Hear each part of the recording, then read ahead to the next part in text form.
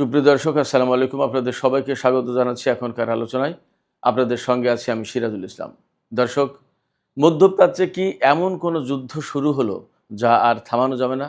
কয়েক বছর যুদ্ধবিরতির পর গতকাল সৌদি আরব ইয়েমেনে বিমান হামলা চালিয়েছে। জবাবে ইয়েমেনের হুতি আনসারুল্লাহ সমর্থিত সামরিক বাহিনী সৌদি আরবের আভা বিমানবন্দরে ড্রোন এবং ক্ষেপণাস্ত্র হামলা চালিয়েছে। বলা হচ্ছে বিমানবন্দরের ব্যাপক ক্ষতি হয়েছে। এদিকে সানা ভিত্তিক ইয়েমেনের সরকারের পক্ষ থেকে ঘোষণা করা হয়েছে বা হুঁশিয়ারি দেওয়া হয়েছে যে যুদ্ধ যদি ছড়িয়ে দেওয়া হয় তাহলে বাব আল মানদেব প্রণালী হরমুজের পরিণতি বরণ করবে। তার মানে বাব আল মানদেব প্রণালী দিয়েও তেল পরিবহন করা যাবে না। তাহলে তারাই ঘোষণা করছে তেলের দাম তখন ব্যারেল প্রতি $200 উঠবে। এই পরিস্থিতি সৌদি আরব বা আমেরিকা চায় কিনা, এটা হুতিদের প্রশ্ন। একই সাথে গত রাতেও একেবারে রাতভর আমেরিকা এবং ইরানের মধ্যে ব্যাপক সংঘর্ষ হয়েছে। আমেরিকা যেমন শক্ত হামলা চালানোর চেষ্টা করেছে ইরানের উপরে, বিভিন্ন ক্ষয়ক্ষতি হয়েছে, তেমনি ইরান পাল্টা জবাবে কুয়েত, বাহরাইন এবং সংযুক্ত আরব আমিরাত আর জর্দানে ব্যাপক হামলা চালিয়েছে। এর মাঝে ইরানের বিশেষজ্ঞ পরিষদের পক্ষ থেকে ঘোষণা এসেছে, ইরানের শহীদ সর্বোচ্চ নেতা আয়াতুল্লাহ আলী খামেনির জানাজার পর বর্তমান সর্বোচ্চ নেতা সৈয়দ মুজতবা খামেনি যে ঘোষণা দিয়েছিলেন যে শহীদ সর্বোচ্চ নেতা এবং ইরানের জনগণ যারা এই যুদ্ধে মারা গেছে তাদের জীবনের বদলা নিতে হবে, রক্তের বদলা নিতে হবে, সেই ঘোষণার প্রতি সমর্থন দিয়েছে ইরানের বিশেষজ্ঞ পরিষদ, যেটা ধর্মীয় আলেম ওলামাদের নেতৃত্বেই মূলত পরিচালিত হয়। তাহলে এই জায়গায় প্রশ্ন আসছে, মধ্যপ্রাচ্যের চলমান এই সংঘাত সংঘর্ষ তাহলে কি মধ্যপ্রাচ্য ধর্ম, যুদ্ধ এবং জ্বালানি নিয়ে ত্রিমুখী সংকটে পড়ে গেল কিনা? সুপ্রিয় দর্শক, আজকের ভিডিওতে এই বিষয়গুলো নিয়ে বিস্তারিত আলোচনা করার চেষ্টা করব। আশা করি আপনারা শেষ পর্যন্ত সঙ্গে থাকবেন। আর ভিডিও ভালো লাগলে লাইক, কমেন্ট, শেয়ার করবেন এবং চ্যানেলটি সাবস্ক্রাইব করে সাথেই থাকবেন। দর্শক, চলুন আমরা আলোচনা শুরু করি। আসলে আজকের প্রতিটি ঘটনা এত বেশি গুরুত্বপূর্ণ, কোথা থেকে শুরু করব সেটাই মুশকিল। সর্বশেষ খবর অনুযায়ী ইরানের বিশেষজ্ঞ পরিষদ শহীদ আয়াতুল্লাহ আলী খামেনির হত্যার বদলা নেওয়ার যে ঘোষণা দিয়েছেন ইরানের বর্তমান সর্বোচ্চ নেতা, সেই ঘোষণার প্রতি সমর্থন দিয়েছে। এটার রাজনৈতিক এবং ধর্মীয় গুরুত্ব কিন্তু অনেক বেশি। আবার এপাশে ইয়েমেন সৌদি আরবে হামলা চালিয়েছে, সেখানেও অনেক বড় ঘটনা ঘটে গেছে এবং মধ্যপ্রাচ্যের যে ডাইমেনশন, যে সমীকরণ, এগুলো সব এখন বদলে যেতে শুরু করেছে। তো আমি ইয়েমেন সৌদি আরবের এই ক্রাইসিস থেকেই শুরু করি। গতকাল ইরানের একটি বিমান, যাত্রীবাহী বিমান, মাহান এয়ারলাইন্সের একটি যাত্রীবাহী বিমান ইরান থেকে ইয়েমেনের রাজধানী সানার উদ্দেশ্যে ছেড়ে যায়। কেন? ইরানের শহীদ সর্বোচ্চ নেতা আয়াতুল্লাহ আলী খামেনির জানাজায় যোগ দেওয়ার জন্য ইয়েমেনের হুতি আনসারুল্লাহ আন্দোলনের বা ইয়েমেনের সানা ভিত্তিক যে সরকার, সেই সরকারের লোকজন যারা এসেছিলেন তাদেরকে আবার ইরানের এই মহান এয়ারলাইন্সের বিমানে করে দেশে নিয়ে যাওয়া হয়, ফেরত নিয়ে যাওয়া হয়। ইয়েমেনের সাথে সৌদি আরবের কিন্তু যুদ্ধবিরতি চুক্তি আছে সম্ভবত 2021 সাল থেকে। এই পর্যায়ে তার মানে ইয়েমেনের সাথে সৌদি আরবের কিন্তু, অর্থাৎ হুতিদের সাথে সৌদি আরবের যুদ্ধ বিগ্রহ নেই। সৌদি আরব যুদ্ধের শুরুতে 2015 সালের 26শে মার্চ যখন যুদ্ধ শুরু করে, তখন থেকেই কিন্তু ইয়েমেনের উপরে বিমান অবরোধ, প্রথমে আকাশ অবরোধ দেয়, পরে নৌ অবরোধ, স্থল অবরোধ, সব ধরনের অবরোধ দিয়ে রাখে। সেই অবরোধ সৌদি আরব আর তোলেনি। প্রশ্ন হচ্ছে, একটা দেশের উপরে আর একটা দেশের অবরোধ দেওয়ার এই ঘটনাটা এটা কতটা গ্রহণযোগ্য? এবং দুইটাই প্রতিবেশী দেশ, দুইটাই মুসলিম দেশ, এবং যে সৌদি আরব ইয়েমেনের উপরে এই অবরোধ আরোপ করছে, সেই সৌদি আরব হচ্ছে পবিত্র মক্কা মদিনার খাদেম, এবং ইয়েমেন হচ্ছে দরিদ্র গরিব একটা রাষ্ট্র। এই অবরোধের কারণে কত মানুষ যে না খেয়ে মরেছে, কত শিশু যে অপুষ্টিতে ভুগছে এখনও, এবং কত মানুষ বিনা চিকিৎসায় বা ওষুধের অভাবে মারা গেছে, তার কোনো ঠিক ঠিকানা নেই। এই কি মক্কা মদিনার খাদেমের আচরণ। যাই হোক, এই অবরোধ ভেঙে মূলত ইরান বিমান পাঠিয়েছিল, কিন্তু ইরানের এই বিমান যাতে সানার আন্তর্জাতিক বিমানবন্দরে নামতে না পারে, অবতরণ করতে না পারে, সেই জন্য সৌদি আরব খুব দ্রুতই সানা বিমানবন্দরের উপরে হামলা চালায়, বোমা ফেলে। এতে রানওয়ে ক্ষতিগ্রস্ত হয় এবং ইরানের বিমানটি সেখানে নামতে পারেনি। পরে সেই বিমান নেমেছে দক্ষিণ পশ্চিমাঞ্চলীয় হুদাইদা প্রদেশের হুদাইদা বিমানবন্দরে, তুলনামূলক ছোট বিমানবন্দর। সেখানে নামিয়ে তারপরে ইরানি বিমান ফিরে এসেছে। এই যে সানা বিমানবন্দরে সৌদি আরব হামলা চালালো, এর প্রেক্ষাপটে ইয়েমেনের সানা ভিত্তিক যে সরকার, হুতি সমর্থিত সরকার যেটা, তাদের সমর্থিত সামরিক বাহিনী হুঁশিয়ারি উচ্চারণ করে যে সৌদি আরব সানার বিমানবন্দরে হামলা চালিয়ে যে অন্যায় করেছে তার জবাব দেওয়া হবে এবং বিনা জবাবে পার পাবে না। এটা যুদ্ধবিরতি লঙ্ঘন এবং এটা মানবতা বিরোধী অপরাধ। এই কথা বলে মোটামুটি গতকাল রাতেই ইয়েমেন থেকে সৌদি আরবের আভা বিমানবন্দর, এটা সম্ভবত দক্ষিণ পশ্চিমাঞ্চলীয় বিমানবন্দর সৌদি আরবের, এই আভা বিমানবন্দরে হামলা চালিয়েছে। সেখানে ড্রোন এবং ক্ষেপণাস্ত্র মারা হয়েছে। আমি আশা করি আপনাদেরকে এই সংক্রান্ত ছোট্ট একটু ভিডিও ফুটেজ দেখাতে পারবো। ব্যাপকভাবে আগুন ধরে গেছে এবং বড় রকমের ক্ষয়ক্ষতি। কোনো কোনো মিডিয়াতে বলা হচ্ছে যে আভা বিমানবন্দর একেবারে ধ্বংসস্তূপে পরিণত হয়েছে। 6টা ব্যালিস্টিক ক্ষেপণাস্ত্র মেরেছে এবং অনেকগুলো ড্রোন মেরেছে। যাই হোক, তো এই প্রেক্ষাপটে আমরা মোটামুটি ধরে নিতে পারি সৌদি আরব যদি এখন আর নতুন করে জবাব দিতে যায় ইয়েমেনের বিরুদ্ধে, তাহলে ধরে নেওয়া যাবে যে পাল্টাপাল্টি হামলা একের পর এক শুরু হবে এবং পুরো মাত্রায় যুদ্ধ শুরু হয়ে যাবে। আর যদি সৌদি আরব এখন হামলা না চালায়, তাহলেও কিন্তু ইয়েমেনের পক্ষ থেকে কথা থাকবে যে সৌদি আরব কেনই এই অন্যায় করলো, এর প্রতিকার চাই একটা কিছু। এবং এখন সৌদি আরবের উচিত হবে বা হয়তো চাপে পড়বে ইয়েমেনের উপর থেকে এই অবরোধ প্রত্যাহার করে নেওয়ার। সৌদি আরব তো আর জাতিসংঘ না যে সেই ইচ্ছা মতো একটা দেশের উপরে অবরোধ চাপিয়ে দেবে, আমেরিকা যেভাবে দেয়। পার্থক্যটা কি হলো আমেরিকার সাথে সৌদি আরবের? এই কি মক্কা মদিনার খাদেমদের আচরণ? যাই হোক, এই প্রশ্ন আমার না, শুধু এই প্রশ্ন কিন্তু উঠছে সারা বিশ্ব থেকে, উঠছে বিশেষ করে মুসলিম বিশ্ব থেকে। যখন ইয়েমেনের শিশুদের অপুষ্টিতে ভোগা, শুধু হাড্ডি সার এইরকম শিশুদের যখন মিডিয়াতে দেখা যায়, তখন সৌদি বাদশাদের সম্পর্কে কী ধারণা আসে? গণমাধ্যমে, সামাজিক মাধ্যমে এই কথা লেখা হয় যে তারা কত কত খাদ্য নষ্ট করে ফেলছে, অথচ ইয়েমেনের শিশুরা, ইয়েমেনের মানুষ না খেয়ে মরছে, গাছের ছাল বাকল ঘাস লতাপাতা খেয়েছে যুদ্ধের সময়। এই ইয়েমেনের জনগণ, সৌদি আরবের চাপিয়ে দেওয়া যুদ্ধ।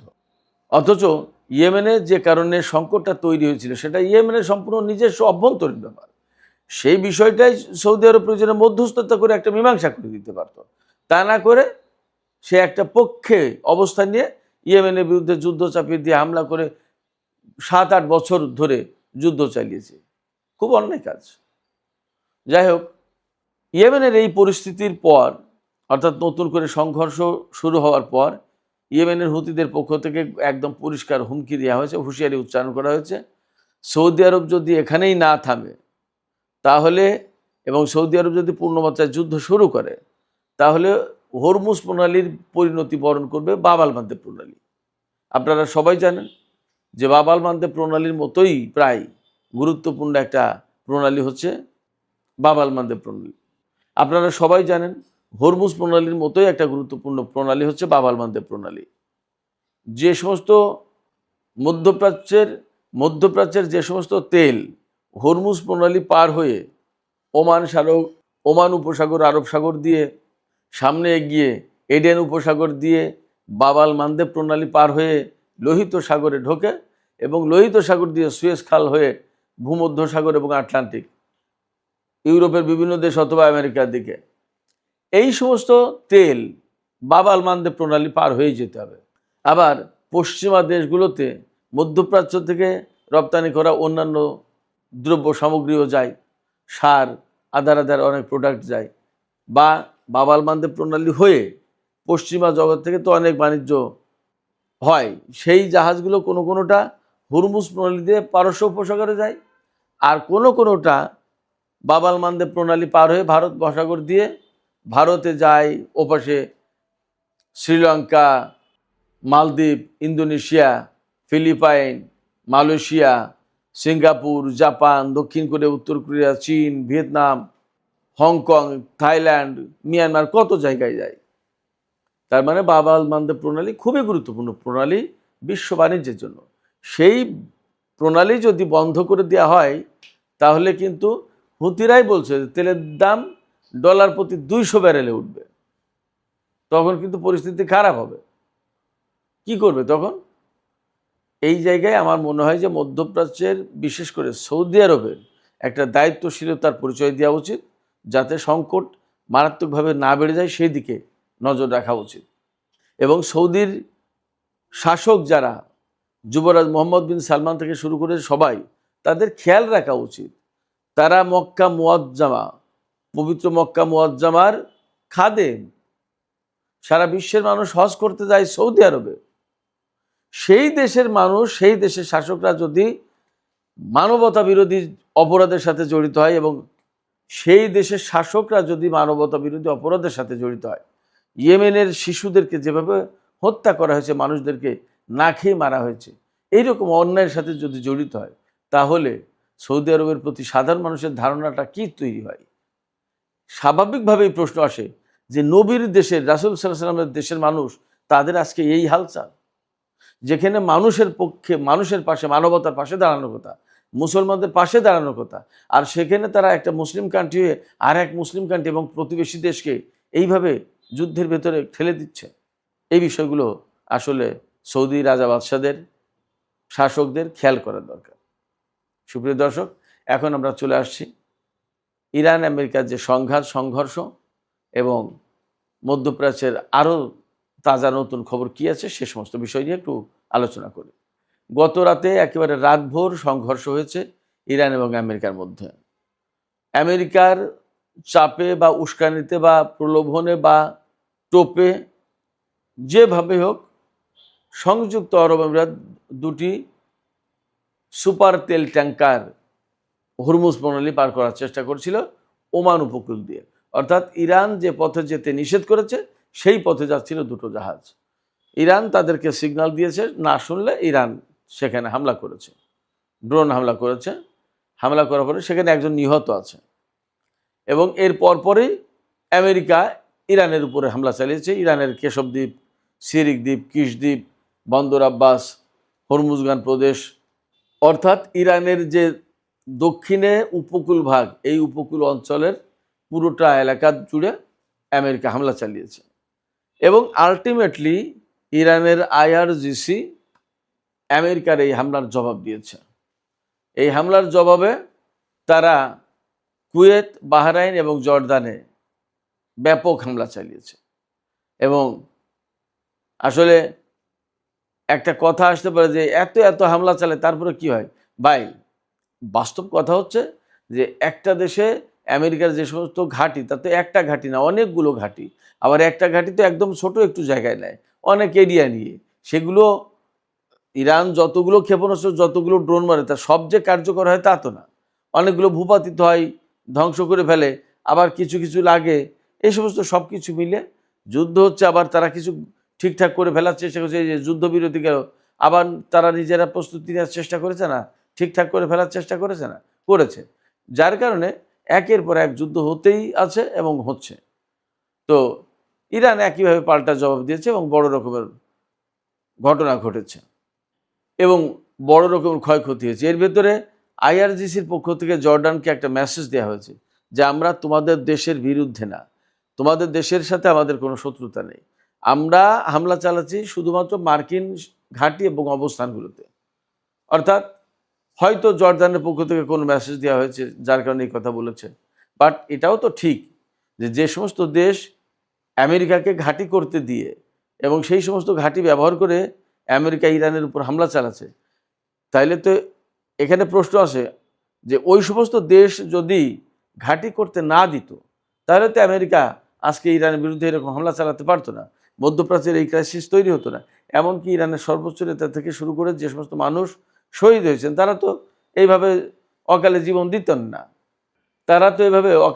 দিতেন না, এই যে জীবন গেল, অর্থাৎ আমেরিকা ইরানের বিরুদ্ধে যুদ্ধ চাপিয়ে দিল বা যুদ্ধ শুরু করলো, এই যে যুদ্ধ শুরু করার সুযোগ পেল বিভিন্ন ঘাঁটি ব্যবহার করে, আরব অঞ্চলের এই সমস্ত দেশের ঘাঁটি ব্যবহার করে, ফলে আসলে কোনো দেশ একদম দায় এড়িয়েও যেতে পারে না, যার কারণে অনেকের আসলে কিছু বলারও নেই, কওয়ারও নেই। যাই হোক, এইরকম যখন প্রেক্ষাপট আমেরিকা এবং ইরানের মধ্যে যখন একের পর এক হামলা চলছে, তখন ডোনাল্ড ট্রাম্প যে ঘোষণা দিয়েছেন, গতকালকে ঘোষণা দিয়েছেন, আপনারা নিশ্চয়ই জানেন, তিনি বলেছেন হরমুজ প্রণালী দিয়ে যে সমস্ত জাহাজ যাবে তাদের থেকে টোল নেবে আমেরিকা, প্রতি জাহাজে 20% টোল নেবে। তার মানে ধরেন 1 কোটি টাকার যদি তেল থাকে তাহলে 20 লাখ টাকা টোল দিতে হবে আমেরিকাকে। কি আশ্চর্য কথা! হরমুজ প্রণালী ইরান এবং ওমানের টোল নেবে আমেরিকা। বাহ! আমেরিকা কি কেউ বলছে যে তার নিরাপত্তা দেওয়ার জন্য হরমুজ প্রণালী বা ভারত মহাসাগর বা এই জায়গায়? কেউ তো বলেনি। আমেরিকা কেন গায়ে পড়ে আসে? এটাই তো প্রশ্ন, সারা বিশ্বের মানুষের কাছে কিন্তু এটাই প্রশ্ন।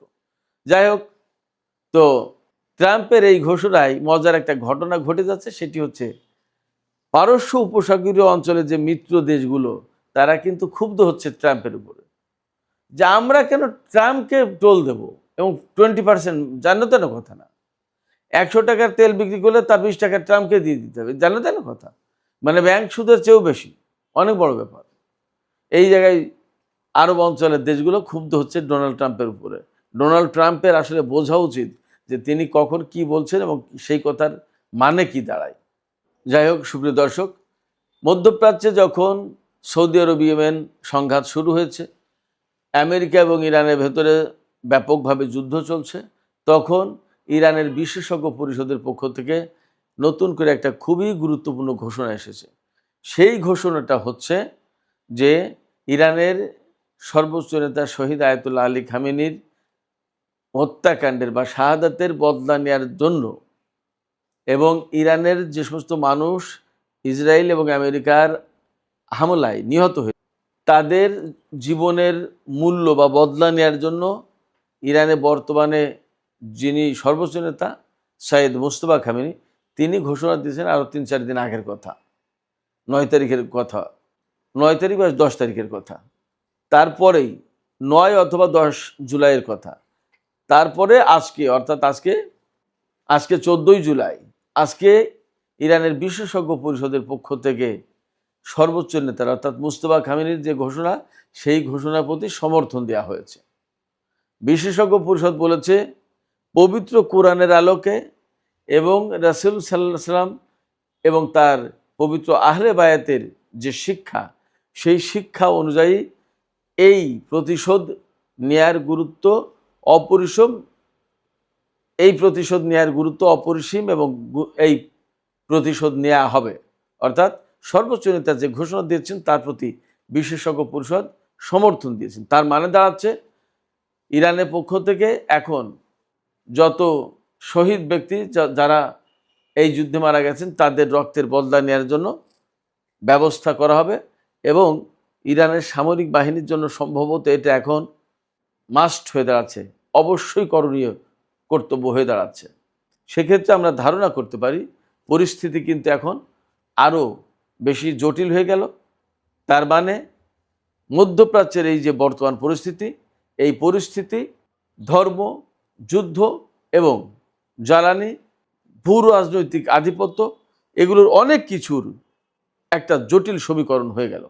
জানি না মধ্যপ্রাচ্য বা বর্তমানে এই সংকট কোথায় গিয়ে শেষ হবে। সুপ্রিয় দর্শক, এখনকার মতো আলোচনা শেষ করব এখানেই। তবে যাবার আগে আপনাদের কাছে প্রশ্ন, ইরানের বিশেষজ্ঞ পরিষদের পক্ষ থেকে সর্বোচ্চ নেতার প্রতি যে সমর্থন জানিয়ে বিবৃতি দেওয়া হয়েছে, এই বিবৃতির প্রেক্ষাপটে এখন ইরানের সামরিক বাহিনীর জন্য প্রতিশোধ নেওয়া অবশ্যই করণীয় হয়ে দাঁড়ালো। আপনারা কি মনে করেন, ইরান কি এই প্রতিশোধের দিকে যাবে, বা ইরানের সামরিক বাহিনী কি এখন এই প্রতিশোধ নিতে বিশেষভাবে তৎপর হবে কিনা, এবং তাতে পরিস্থিতি আরও জটিল হবে কিনা? আপনাদের মতামত জানিয়ে কমেন্টে লিখুন, আর ভিডিও ভালো লাগলে লাইক কমেন্ট শেয়ার করুন এবং চ্যানেলটি সাবস্ক্রাইব করে সাথেই থাকুন।